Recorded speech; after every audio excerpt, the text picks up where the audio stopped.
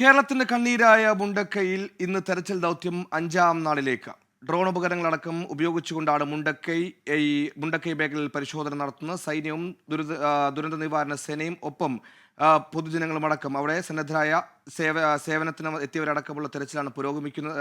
ഇന്ന് നടക്കാൻ പോകുന്നത്. രാവിലെ തന്നെ തിരച്ചിൽ തുടങ്ങുമെന്നാണ് മനസ്സിലാക്കാൻ കഴിയുന്നത്. ഇന്ന് ഡൽഹിയിൽ നിന്ന് ഐബോർഡ് ഡ്രോൺ പരിശോധനാ യന്ത്രവും എത്തുന്നുണ്ട്. ഇന്നലെയടക്കം GPS സംവിധാനമടക്കം ഉപയോഗിച്ചുകൊണ്ടായിരുന്നു തെരച്ചിൽ നടത്തിയത്. ഉരുളെടുത്ത മുണ്ടക്കയിലെ മണ്ണിനടിയിൽ ജീവൻ ബാക്കിയുണ്ടോ എന്ന തിരച്ചിലായിരുന്നു ഇന്നലെ രാത്രി വൈകിയും. പക്ഷേ ആഴത്തിൽ പരിശോധിച്ചിട്ടും മനുഷ്യ സാന്നിധ്യം കണ്ടെത്താനായില്ല.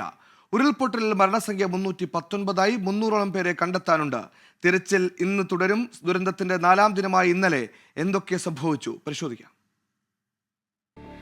മരണം മാത്രം കണ്ടുമരവിച്ച് നിന്നവർക്കാണ് ഇന്നലെ വൈകിട്ട് 5 മണിയോടെ പ്രതീക്ഷയുടെ സിഗ്നൽ ലഭിച്ചത്. മുണ്ടക്കൈ ടോപ്പിൽ തകർന്ന കെട്ടിടത്തിന്റെ പരിസരത്ത് ജീവന്റെ സാന്നിധ്യം സംശയിക്കുന്നതായി റഡാർ പരിശോധനാ സംഘം. ശ്വാസോച്ഛ്വാസത്തെ സൂചിപ്പിക്കുന്ന സിഗ്നലാണ് ലഭിച്ചത്. മനുഷ്യനോ വലിയ മൃഗമോ ആകാമെന്ന വിദഗ്ധർ. വീടും കടയും ചേർന്ന കെട്ടിടത്തിനു ചുറ്റും ഫയർഫോഴ്സ് തിരച്ചിൽ നടത്തി. തന്റെ പിതാവ് മൊയ്തീൻകുട്ടിയായിരുന്നു ഇവിടെ താമസമെന്നും ദുരന്തശേഷം കണ്ടിട്ടില്ലെന്നും കെട്ടിട ഉടമ യൂനസ്.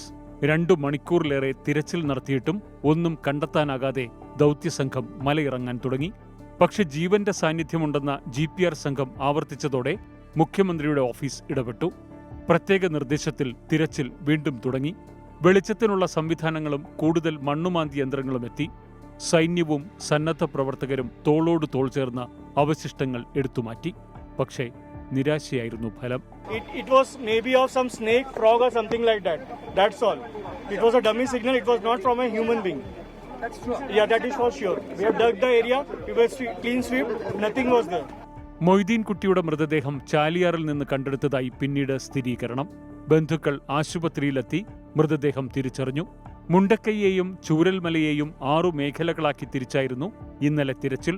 എങ്ങും ദുരന്തത്തിന്റെ അവശേഷിപ്പുകൾ മാത്രം. പടവെട്ടിക്കുന്നിൽ ഒറ്റപ്പെട്ട കുടുംബത്തെ ഫയർഫോഴ്സ് സുരക്ഷിത കേന്ദ്രത്തിലേക്ക് മാറ്റി. ജോമോൾ ദമ്പതികളെയും മക്കളെയുമാണ് ബന്ധുവീട്ടിലേക്ക് മാറ്റിയത്. രാഹുൽ ഗാന്ധിയും പ്രിയങ്ക ഗാന്ധിയും ഇന്നലെ മുണ്ടക്കൈയിൽ സന്ദർശനം നടത്തി.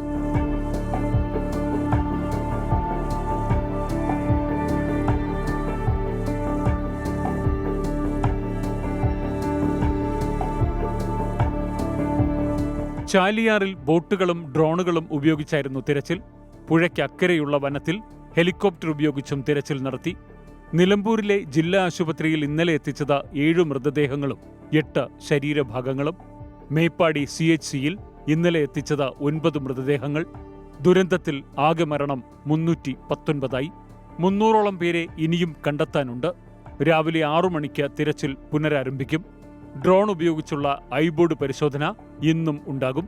ടീം 24 വയനാട്.